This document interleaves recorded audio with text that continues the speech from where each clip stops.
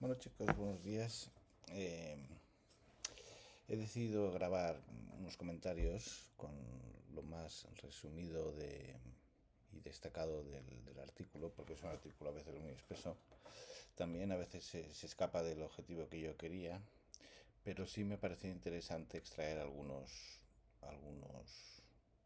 contenidos para que nos sirvan sobre todo de marco de reflexión y de marco de debate. Así básicamente se abordan unos temas que nos pueden ser muy útiles como es una breve historia de la economía, una historia del concepto y de la definición de arte, etcétera. Así que os voy a traer este resumen.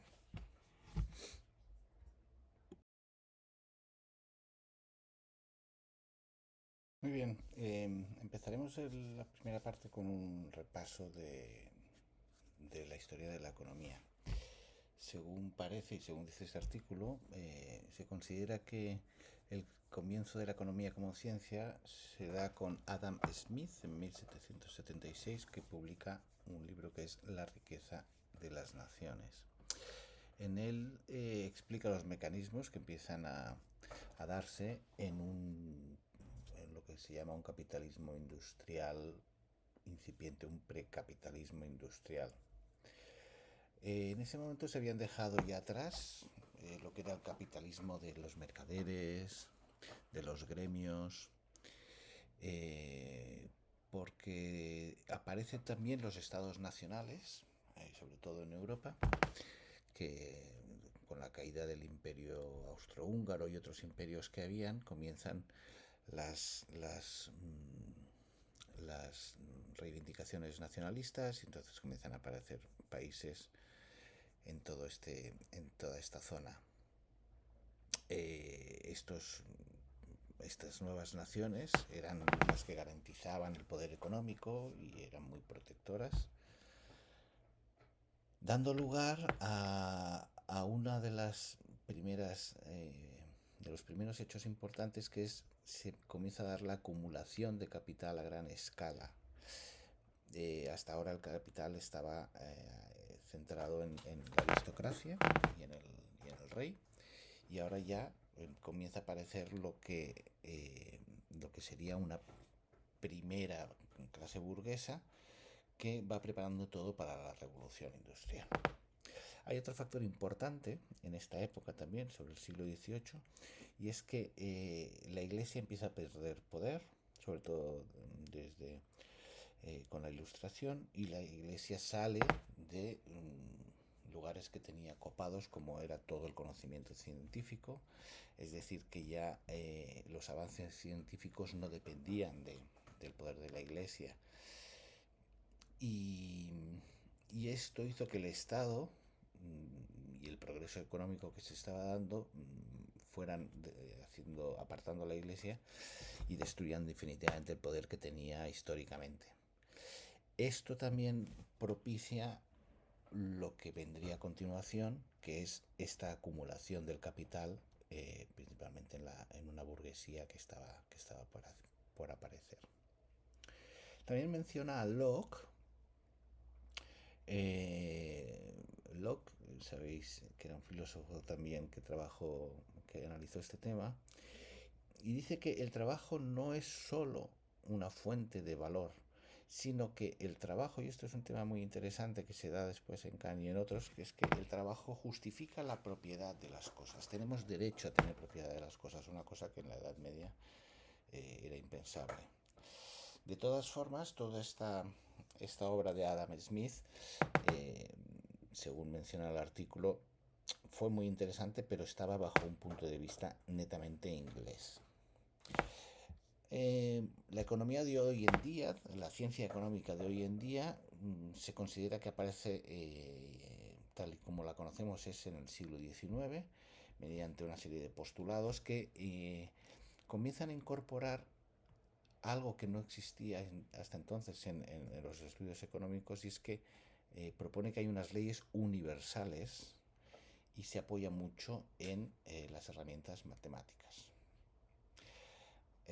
Si consideramos en el siglo XIX los grandes países que dominaban mundo, que eran Inglaterra, Francia, Italia y las diferentes versiones que a lo largo de la historia hubo de los países germánicos.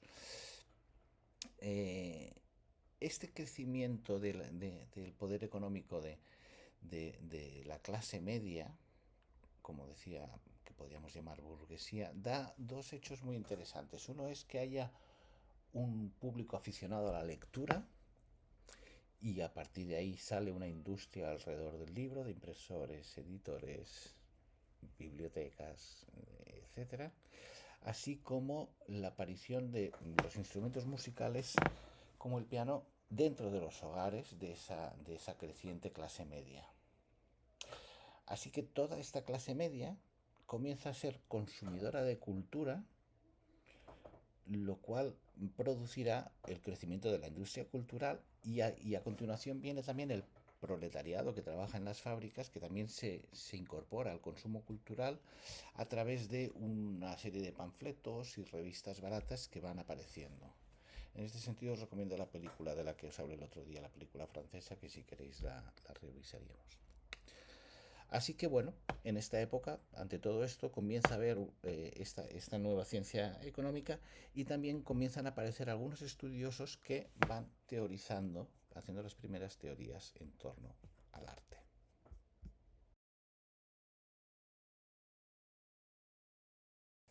La segunda parte nos habla del origen de la estética como una disciplina independiente.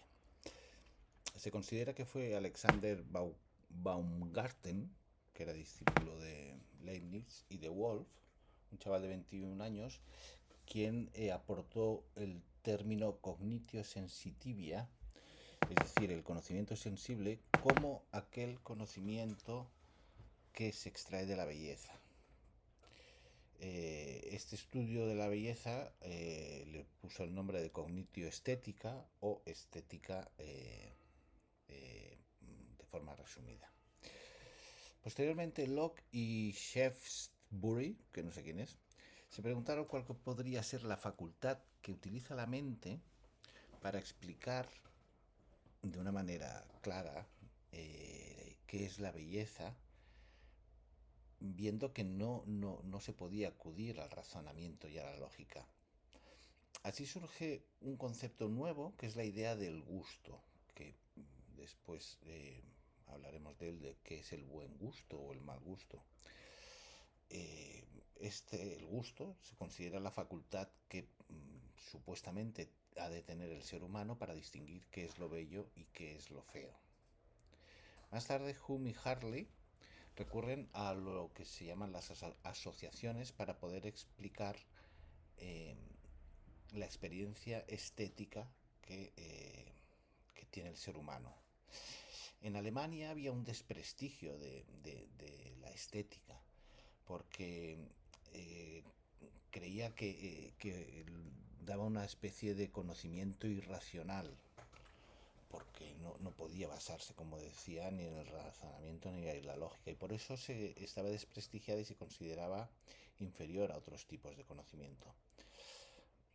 Todo esto lo que hizo fue comenzar a plantear las bases de la estética, pero no fue hasta que llegó Immanuel Kant, en el siglo siguiente, para que se pudiera empezar a poner orden en toda esta nueva ciencia y en estas nuevas ideas.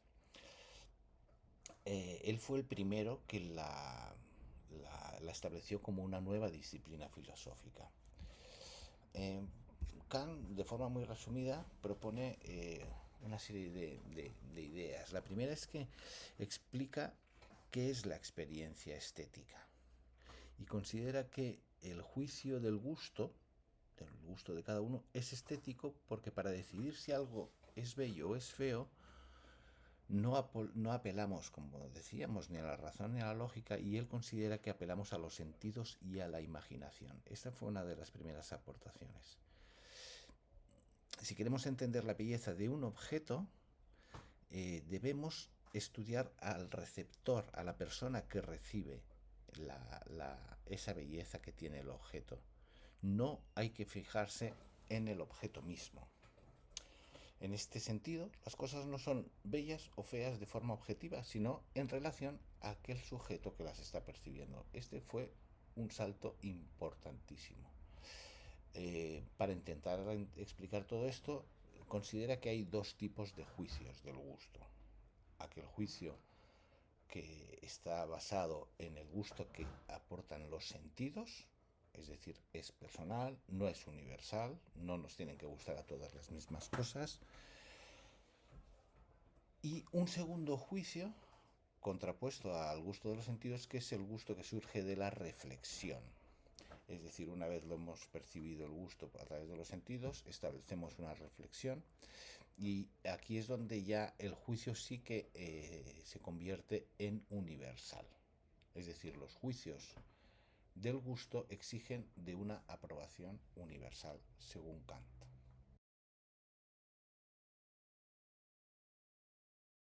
Bueno, ya para terminar en en esta parte de definir y acotar conceptos, quedaría, después de hablar del origen de la estética, qué es el arte, definir el arte. Y no es fácil, no es fácil.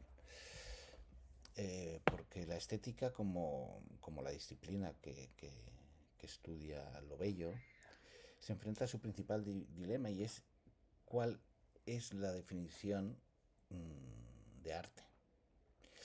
Aquí en el artículo lanza una pregunta que me parece muy pertinente, y es que si hay algo en común entre, dice, un concierto de Lady Gaga, una novela de Harry Potter, un mueble de Ikea o unas zapatillas Nike, lo cual enlaza precisamente los estudios que estáis haciendo, Iván y Raymond, tanto en el diseño industrial como en las industrias creativas. Es decir, es arte diseñar unas zapatillas Nike. Aquí abre un dilema que irá trabajando. Hay gente que piensa que no tienen nada en común y hay otros que creen que sí, que hay. Bien, sobre la definición de arte, si nos vamos a la antigua Grecia, posteriormente a Roma, incluso llegando hasta la Edad Media y ya entrado el Renacimiento, el término de arte no tenía nada que ver con lo que nosotros entendemos actualmente. El arte está para ellos íntimamente ligado a una palabra que es la destreza. Todo arte era la destreza para realizar cualquier cosa, desde un vaso a una zapatilla o construir una catedral. La destreza, por definición, requiere del conocimiento de unas reglas. Así pues, para ellos, digo hasta entrado el Renacimiento y desde Grecia, no existía un arte sin reglas y preceptos. Es decir, el arquitecto tenía sus reglas, que son diferentes a las que tenía el escultor, el alfarero, el geómetra. Es decir, que la regla se incorpora a la definición de la palabra arte, absolutamente alejado de nuestra percepción actual. Es a partir del Renacimiento cuando la belleza comienza a ser valorada de una forma más evidente. Al ser valorada la belleza, los que entonces eran pintores, escultores, músicos, arquitectos, se sienten valorados y sienten la necesidad de separarse de los artesanos, y que para ellos los artesanos producían un arte menor que no se podía definir como arte. En el Renacimiento se dio un bajón importante de la actividad económica, lo cual hizo que también muchos inversores,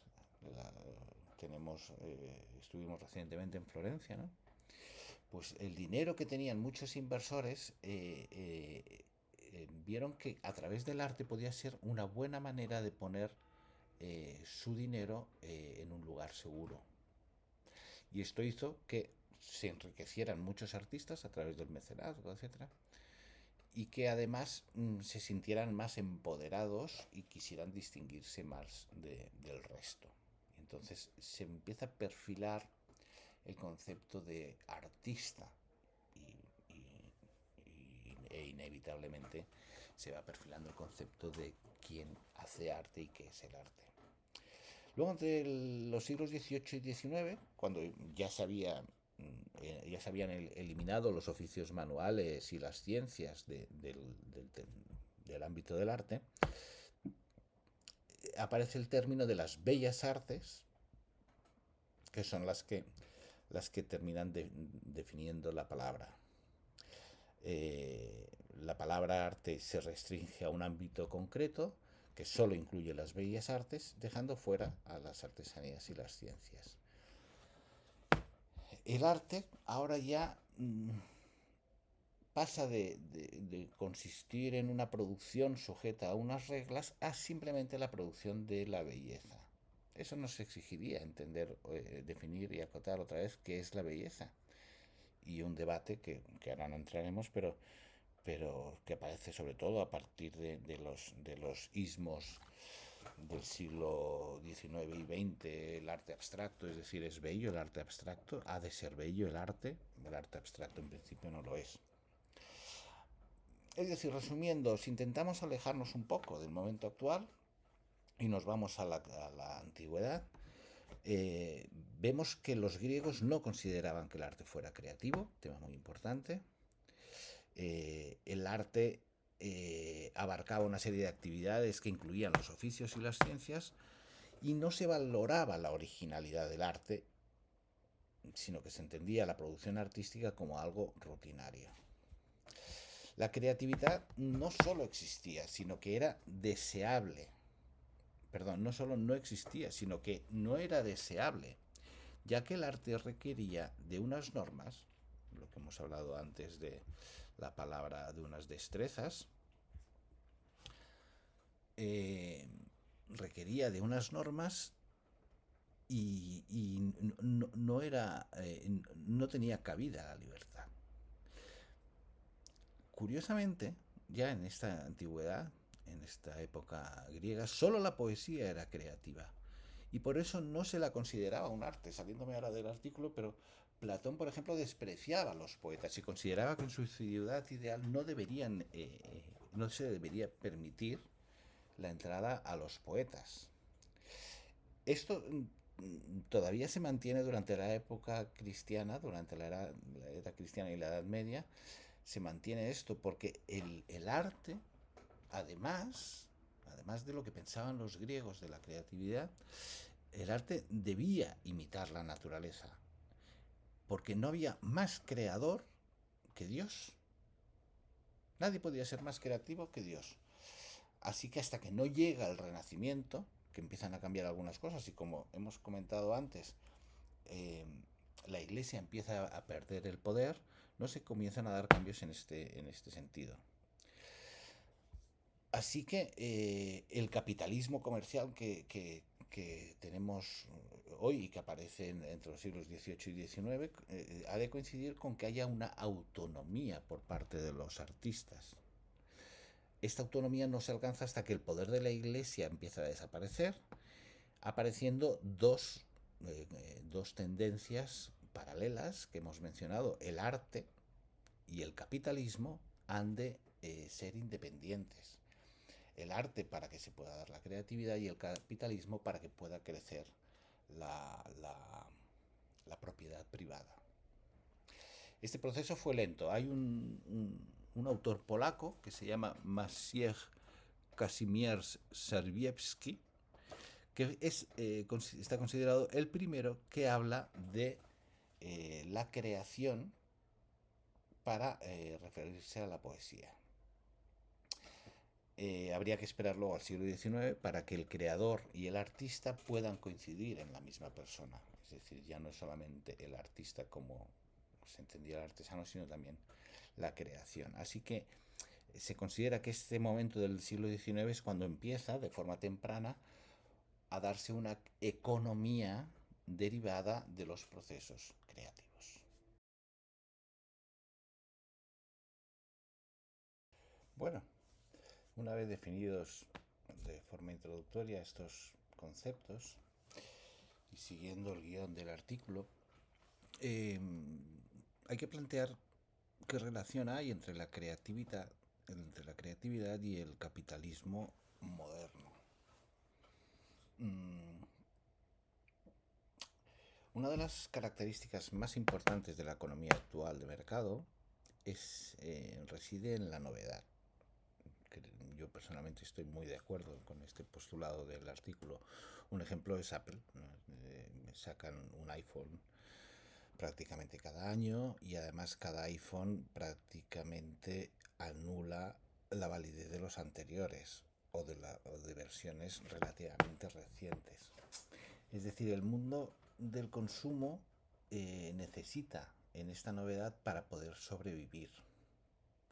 No en vano, Apple es la empresa con mayor capitalización bursátil del mundo. Eh, Esto lleva a otro tema que podemos tocar tangencialmente, que es la obsolescencia programada. La vida útil de los objetos en las últimas décadas ha bajado de forma tremenda y la velocidad del cambio tecnológico obliga a una constante nueva oferta de objetos de consumo. Pero no es solamente el cambio tecnológico, sino que también es algo que está forzado desde determinados sectores.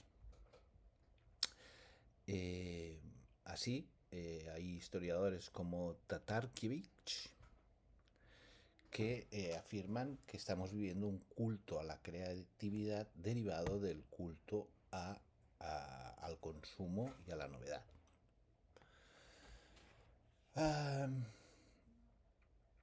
Por otro lado, algunos organismos han resaltado la importancia entre la cultura y la creatividad para fomentar el desarrollo económico de países. Así, Naciones Unidas en 2010, en uno de sus informes, destaca el gran potencial que tiene la industria creativa, ya no solamente en términos económicos, sino también en términos sociales, culturales, tecnológicos y medioambientales.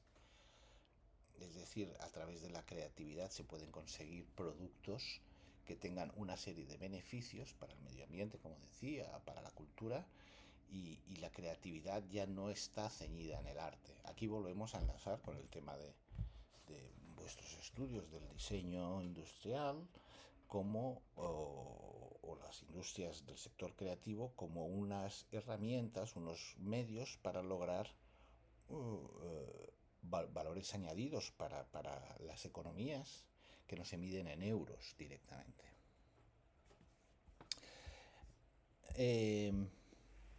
Este tipo de informes derivan una necesidad, y es que las políticas públicas ya no pueden establecerse solamente en función de qué es lo que nos da un beneficio directo, sino que también tiene que haber políticas públicas que ayuden a un sector que no van a reportar un dinero inmediato, que van a tener unas repercusiones que trascienden simplemente a lo cultural a través de esta creatividad utilizada en este ámbito.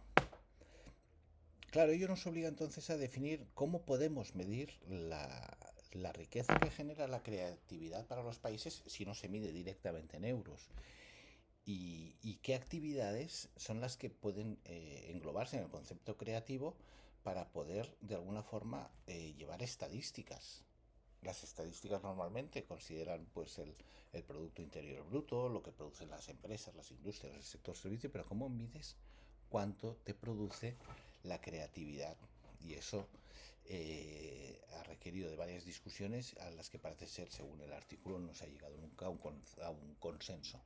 Lo que sí se acepta es que las actividades creativas han de tener en común los siguientes aspectos. Primero, su producción requiere de algún tipo de creatividad humana. Por propia definición, las industrias creativas requieren de la creatividad humana. Eso abriría otro debate, que sería el papel de la inteligencia artificial, pero bueno. La segunda es que el producto puede servir de vehículo para transmitir valores simbólicos. La cultura, aquí podríamos hablar de la creatividad y la cultura como forma de cohesión de las naciones, para transmitir la cultura entendida como el conjunto de experiencias de un grupo de personas, un grupo étnico. Y la tercera es que ha de tener algún tipo de propiedad intelectual. Esos serían los tres aspectos que se considera que han de tener una actividad para considerarse creativa. Es decir, que estamos viendo que la creatividad ahora ya no es solamente el arte, sino que abarca mucho más. Entonces, ¿en qué lugar queda el arte? Esta es una pregunta que lanza la autora, porque claro, dice, un científico logra su objetivo cuando haya logrado analizar un fenómeno que está estudiando. Un técnico cuando haya inventado una herramienta útil y la haya testeado y vea que es válida. Entonces, ¿en qué papel queda el artista? Bueno, porque el papel del artista, su objetivo es la creatividad misma. La creatividad en la ciencia y en la tecnología es algo accesorio, algo decorativo, pero en cambio es la esencia propia del arte. Así, en la antigüedad había una asociación entre el arte y la belleza. No podía haber arte si no había belleza. No fue hasta épocas más recientes en la que la asociación empezó a darse entre el arte y la creatividad, independientemente de la belleza. Y eso es lo que mencionaba antes, por ejemplo, con el tema del arte abstracto, ¿no? Eh, Antiguamente no había arte sin belleza y hoy en cambio se asume que el arte necesita de la creatividad.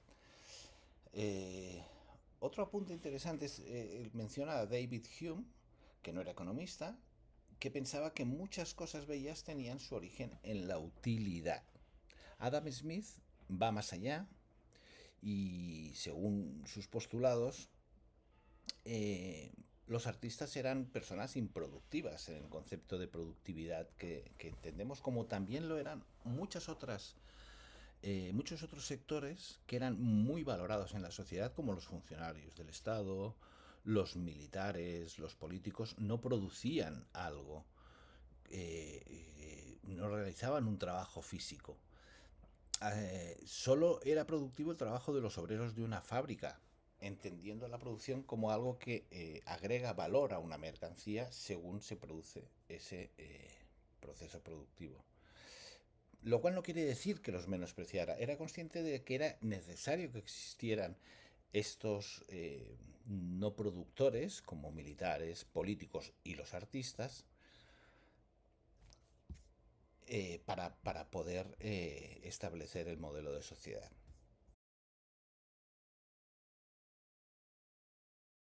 Bueno, pasamos seguimos con el análisis económico de- del arte y de los productos derivados de la cultura. Este tema, el valor económico o el valor que puedan tener determinados de estos productos, en muchos ámbitos es algo que está mal visto. El dinero relacionado con la cultura en muchos ámbitos está mal visto.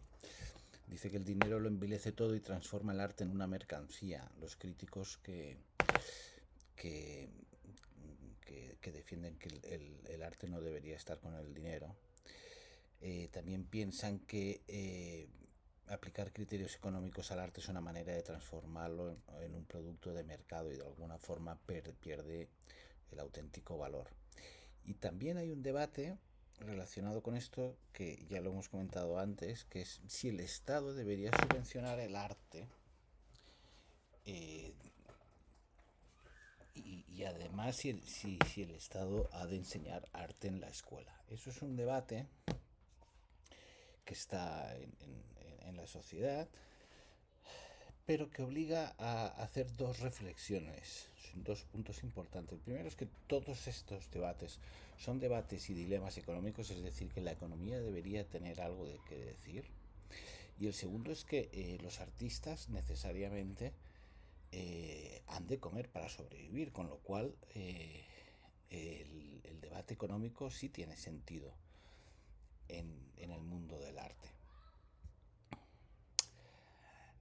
Respecto a los bienes culturales, eh, mucha gente, yo entre ellos, en muchas ocasiones, defiendo que el arte tiene una tendencia a ser un bien de lujo. Y ese es uno de los motivos por el cual yo proponía esta este café filosófico. Es decir, las clases dominantes, la aristocracia o las clases económicamente más potentes han utilizado el arte como un símbolo de estatus social. Hay un libro muy interesante de Thorstein Veblen que se llama La teoría de la clase ociosa, en el cual revisa antropológicamente a lo largo de la historia cómo ha sido la evolución de las clases económicamente con más poder adquisitivo. Y da algunas claves para entender qué son los bienes de lujo y por qué se consumen los bienes de lujo. En principio está claro que parece que es para distinguirse del resto de la población, para manifestar su estatus económico por encima del resto de las personas, y también comenta que en muchas ocasiones los bienes de lujo requieren de un aprendizaje. Luego lo comentaremos esto. Veblen también escribe pensando que no solo a la clase aristocrática es a la que le atraen los bienes de lujo, sino que cada vez más, a lo largo de la evolución histórica, a partir de la revolución industrial, etcétera, también hay una clase media urbana que tiende a copiar y a emular el consumo que hacen los ricos para, de alguna forma, entrar en ese estatus. Esto se vio muy claramente con la aparición de la pintura del óleo. La pintura del óleo fue un tema muy importante porque realmente era una pintura extraordinaria que además permitía en un cuadro aportar texturas y una serie de cosas. Era tremendamente cara, y entonces la pintura al óleo es una de las que cumple esta premisa de un bien de lujo. Además, la posesión de pintura al óleo era como un consumo ostensible y manifiesto sobre el poder que uno tenía. Y así, en la ciudad de Florencia, que tuvo una gran difusión y permitió que muchos banqueros amasaran grandes fortunas, esa posesión del óleo era esa distinción que buscaban. Y ahí es donde empieza a haber en el siglo XVI un mercado del arte cada vez con más fuerza. A raíz de este estudio de Veblen, sí quiero dejaros un dato que me parece interesante, y es que hay un tipo de productos, de bienes, que llaman los bienes Veblen. Los bienes Veblen son lo opuesto al mercado tradicional de la oferta y la demanda. Es decir, en la oferta y la demanda, ya sabéis que cuanto a más oferta hay de un producto en el mercado, más baja el precio, y cuando hay una carencia en el mercado, el precio tiende a subir. Los bienes llamados Veblen son al contrario, es decir, cuando hay en algunos tipos de bienes, y aquí en los bienes artísticos parece ser que se da, contra más cuadros se ponen de un pintor, es el precio de ese mercado va subiendo porque cada vez más gente desea acceder a él. Este es un tema que me ha parecido interesante porque lo desconocía. Y después, otra de las cosas a tener en cuenta sobre los bienes culturales es la opinión de muchos economistas de que los bienes culturales deberían ser un bien de dominio público, como lo es la educación, ya que reporta beneficios a la sociedad que son intangibles, van más allá del valor económico. Y algunos economistas defienden que los bienes culturales son un bien de experiencia y que necesitan de un consumo asiduo y de una formación previa para consumirlos. Luego lo veremos en el caso, por ejemplo, de la música, de la música clásica más de los grandes maestros, o la ópera, que necesitas irla consumiendo para poder apreciarla y poder acceder a ella. El último concepto que en este capítulo se da, que me ha parecido también muy interesante, es uno que se llama utilidad marginal. un tema muy interesante.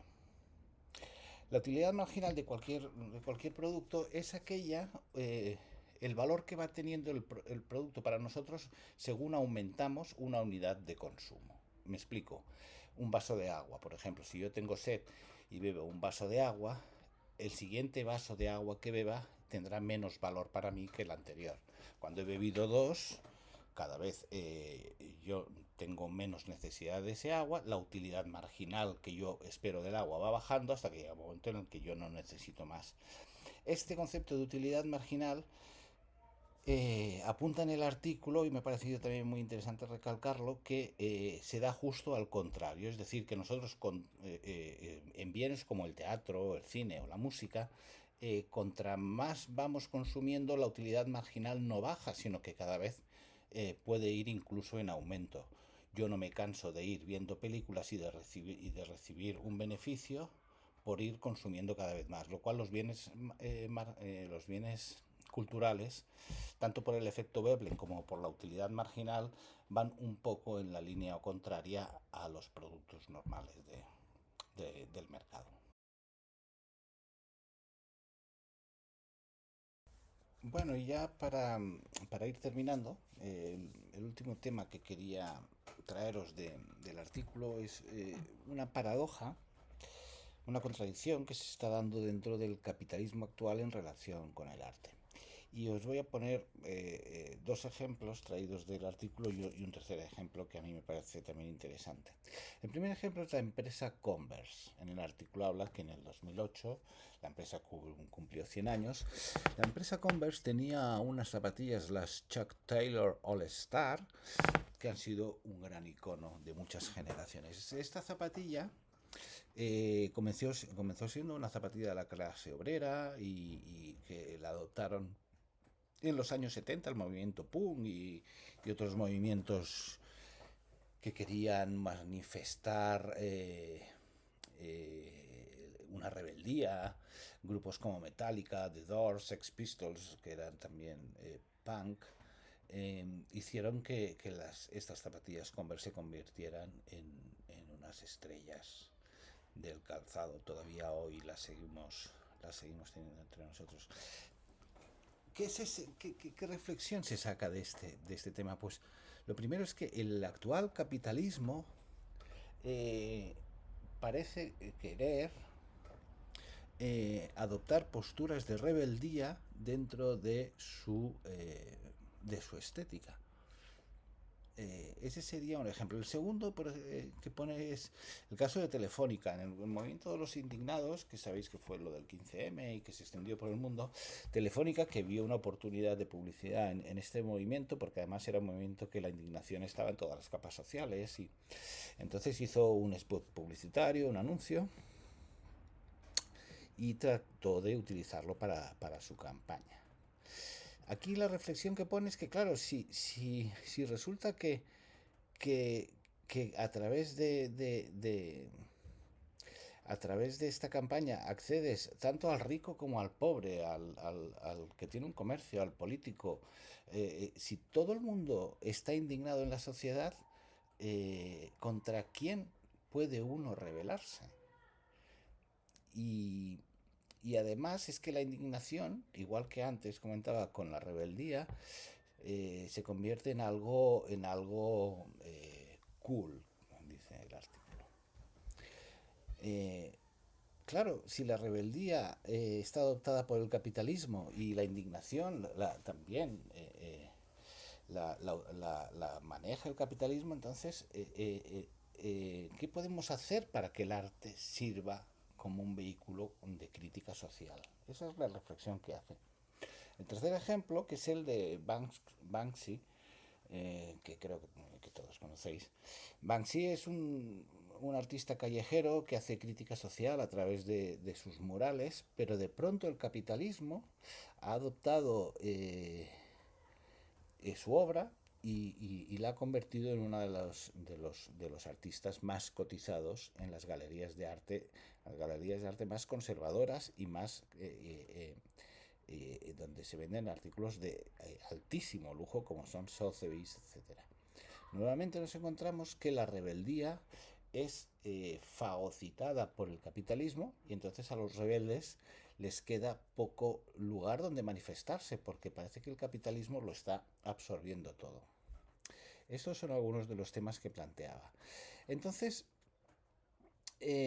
ante esto nos queda, bueno, para ya ir acabando, habla de dos tipos de arte, yo no sé si, sí, supongo que sí. Un arte comercial, que es que no tiene un fin en sí mismo artístico o creativo, sino que no es más que un medio para hacer más agradable la vida a determinadas personas o eh, es decir, que sus propios fines quedan simplemente establecidos en el uso. Mientras que habría un segundo tipo de arte, que sería el que ya no quiere ser comercial, sigue, este arte que sigue buscando desesperadamente la autonomía respecto al poder económico. Y bueno, y entonces aquí quedarían definidos como un arte que sería cómplice, entre comillas, según dice el artículo, del capitalismo, y otro arte reivindicativo.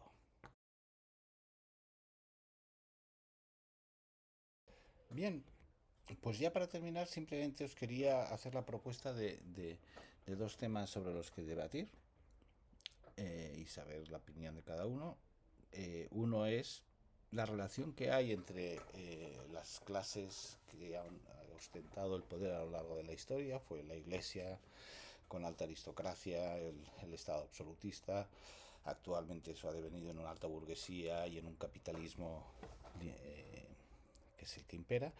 Toda esta clase de los poderosos, su relación con el arte, cuál creéis que debería ser y discutir sobre ese tema. Lo que Berger llamaba el consumo ostensible del arte. Y el segundo tema es cuál debería ser la finalidad del arte, si es que ha de tener alguna o si son varias. Aquí en el artículo han salido varios temas, como es el tema de la reivindicación, una finalidad estética, la ostentación para permitir manifestar algún tipo de diferenciación. No sé, esas son mis propuestas. Si alguien quiere añadir otra, pues ya lo vamos comentando.